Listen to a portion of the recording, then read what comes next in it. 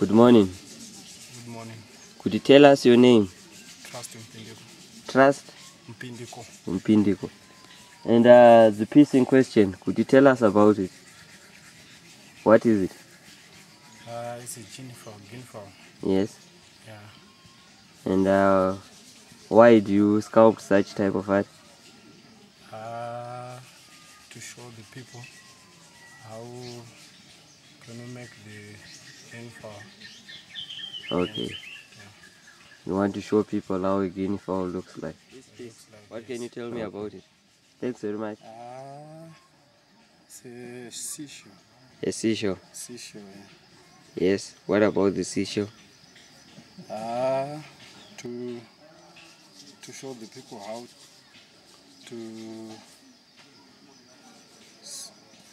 how a seashell looks like. How seashell looks like, yes. Okay. How long have you been sculpting? How long have you been in this art business? When did you start sculpting? 2005. 2005? Yes. Okay. So you are now you have 2 years? 2 years, yes. Okay. And the future? How do you see the future?